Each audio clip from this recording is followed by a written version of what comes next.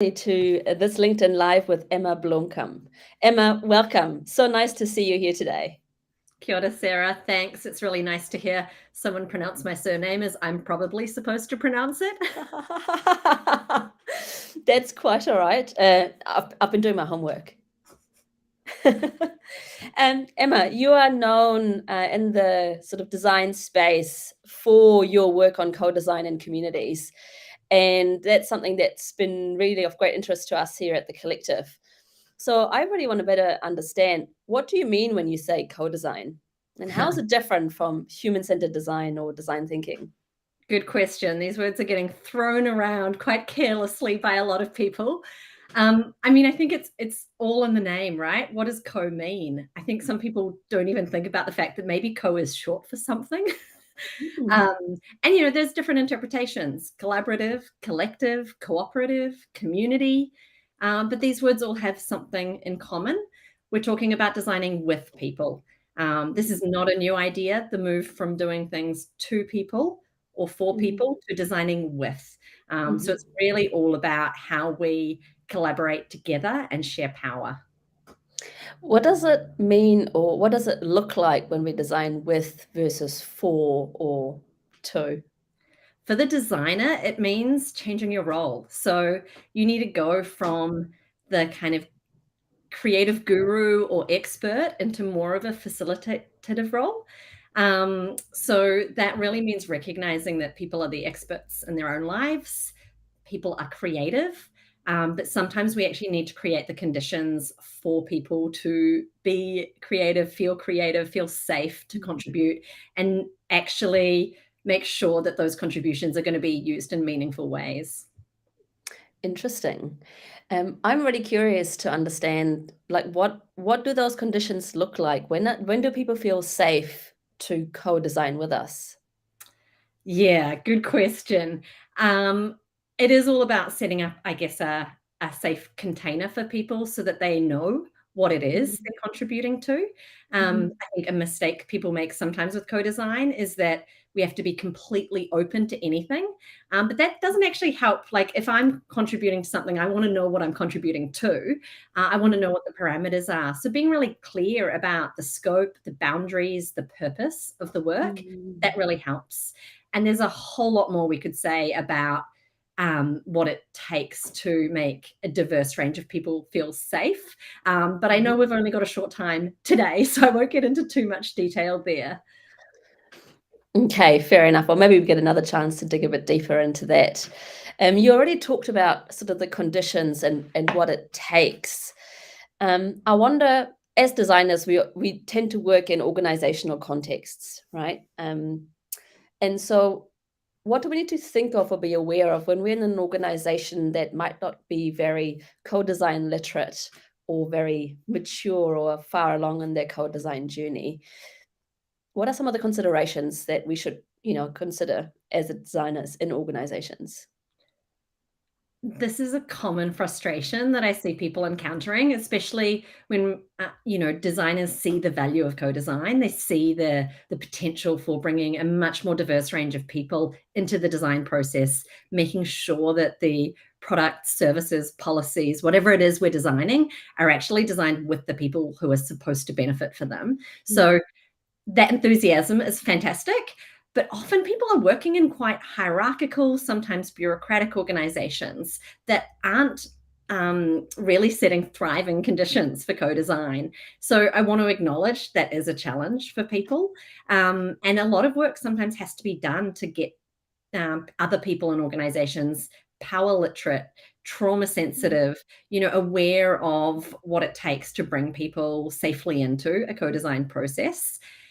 Also, the in some organizations, there's really strong research practice, consultation practice, and I think sometimes people don't realize how different co-design is. So they think, oh, we do this already. We do some kind of research with people, or we consult people, or we do design thinking. So we just need to do that. But really recognizing what's different and the extent to which you meaningfully bring other people into the process who aren't mm.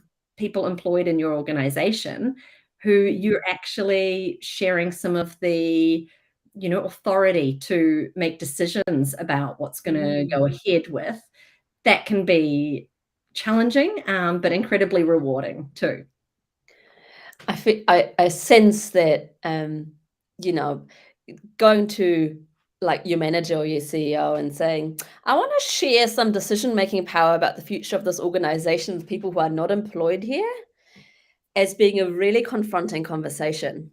Mm. Is that what co-design is about? I mean, you don't have to necessarily explicitly have that conversation. Sometimes you can just do the work and your organization will see the benefits because Mhm, you'll be designing better things. You'll be understanding people's needs better. You'll mhm, be coming up with better responses to them, and you'll be iterating with people who are, using that product or service or policy. So mhm, sometimes organizations don't need to be convinced in mhm. like a dialogue, but you can actually show, you can demonstrate the benefits. Yeah. That's one option. Nice. So the thing that really, keeps coming back to me is that we think when we do empathy with customers or users or citizens, that we do co-design or that we run a Mm. workshop where they might participate in that we do co-design. Are we? I think that's a really good point that helps to differentiate human-centered design and co-design.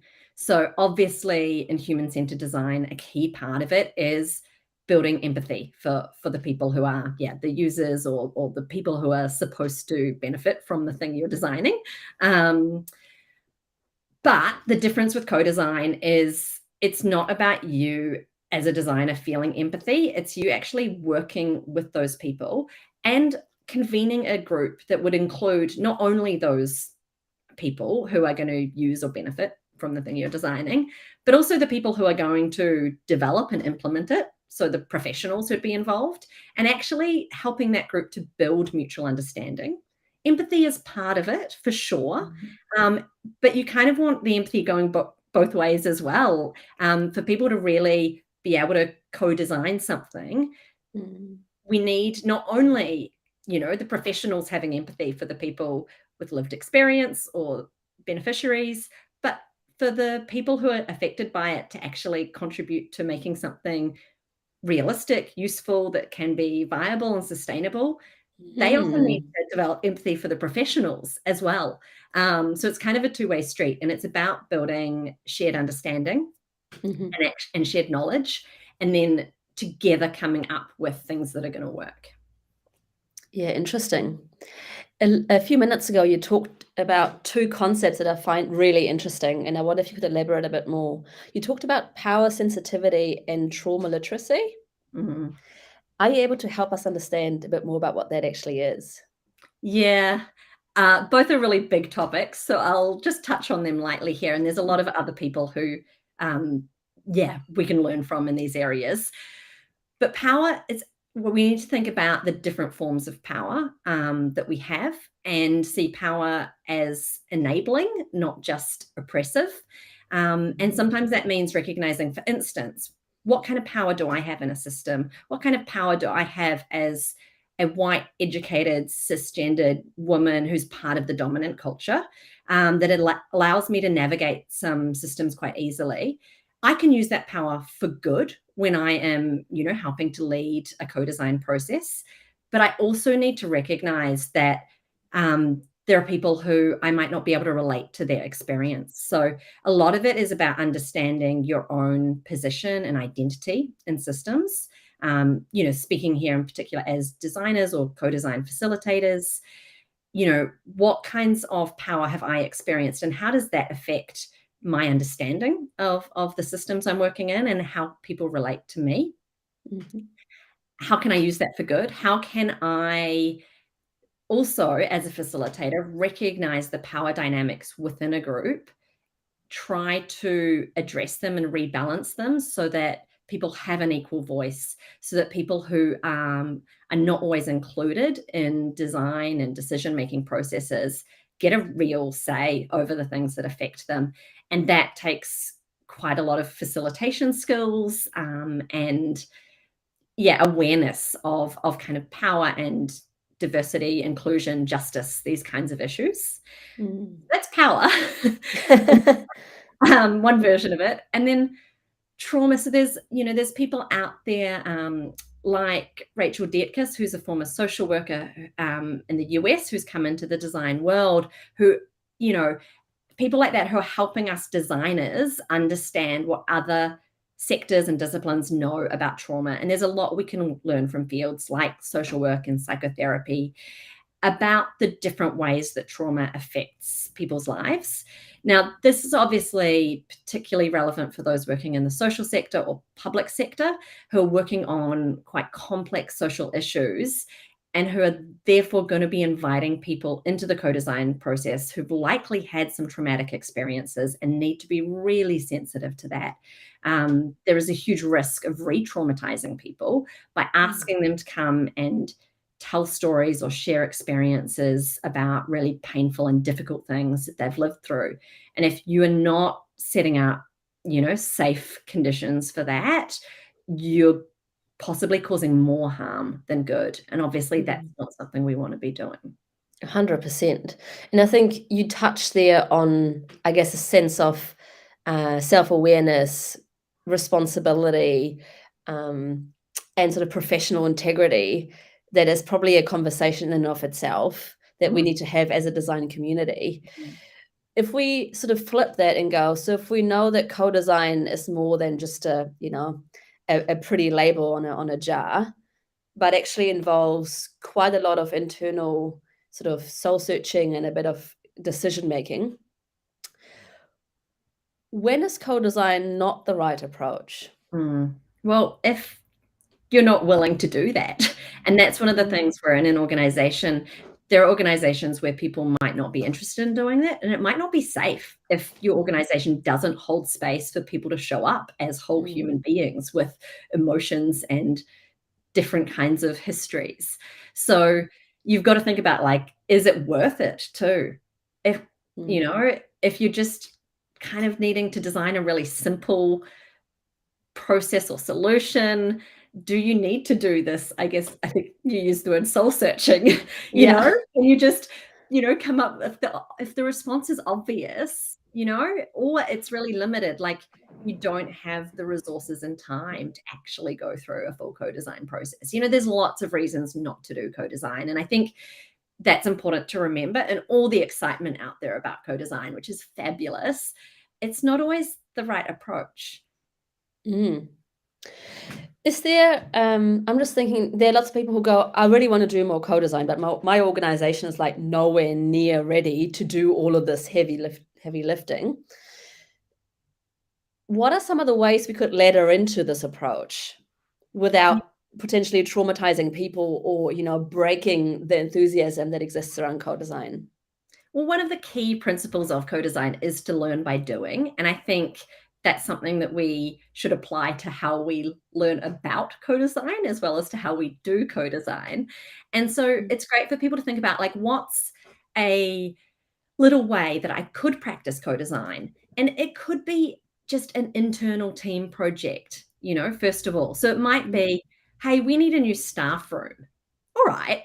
What are some ways that we could use co-design principles, practices, and process to co-design our new staff room? And finding projects like that are maybe not too complicated or challenging to practice on. So I think that's really good. There's introductory training that I offer, and that too is designed on trying to give people an experience of co-design. So coming along to training sessions like that, or going along and taking part in someone else's co-design project or process. I've learned a lot by sitting in and being part of other people's workshops as much as leading my own. Some great advice there. Thank you, Emma. Sarah is asking, what are some of your favorite co-design methods and why? Oh, that's a good question. I think prototyping is probably my favorite method. And I think that's hopefully a method that's really common to designers. It's something that I've learned to apply in my own life in various ways, like just that idea of, like, oh, I've got this big new thing I want to do. How do I test that out and get feedback on it before I invest too much in it. So I think it's just such a useful method in so many contexts. Co-design, the fun thing we can do is actually invite people to co-create the prototypes. And, you can start out in those lo-fi ways in a workshop by, you might be using plasticine and blocks or things like that to create models first. You might be acting it out. You might be creating storyboards. And then, if you're creating a digital product, you're starting to create paper prototypes, of what that is. And I think you can just learn so much by creating prototypes together to surface assumptions about what people think they mean by a certain idea, and to start testing with people before you invest too much. So that's definitely a favorite method of mine. And I'm always encouraging people who are new to co-design to learn more about prototyping and to actually test out some prototyping. I've got to say a shout out to my friend and former colleague and collaborator, K.A. McKercher, actually has a workshop on prototyping coming up. So check out their Beyond Sticky Notes website if you want to learn more about prototyping for co-design. Yeah, awesome. We can share some of the links in the chat later so that people got access to that. Nice one, Emma. We also have another question around, should trauma-informed practice be something co-design practitioners have some training in, depending on context of the people with lived experience? Yeah, I think yes, depending on the context, right? So I think there's possibly some people who are doing co-design work that is, co-designing products that are pretty everyday. You're not necessarily involving people who've experienced trauma. However, one of the things that you learn if you do trauma-informed or trauma-responsive training is that we can never tell what someone else has been through. We can never really know, people coming into a room, what kind of trauma they might be carrying. So if you are interested in, upskilling in your kind of co-design or design facilitation, I would say that being trauma-informed is actually really useful in every context, but is obviously more important and more necessary in some. Yeah. Yeah, nice. Mackenzie is asking if you've got any tips for practicing co-design right at the start of the process. So when we're framing the problem. Absolutely. Great question, Mackenzie. I think the best results I've seen in co-design have been when we've engaged people at the beginning and reframed the problem. So we've had a brief maybe from the government that's had some assumptions about these people are doing this thing because of X and we need them to do Y. And then we've worked with community members to understand what's going on. And one of the ways that we did that, especially when I worked at Innovate Change in Auckland, was we would engage community members as peer researchers or insight gatherers, where rather than me, the professional, going out and doing, say, user interviews or observation, we would train up some community members to do that. This was great working with young people to give them some work experience and income as well. And they could go out and understand, help us understand what's actually happening.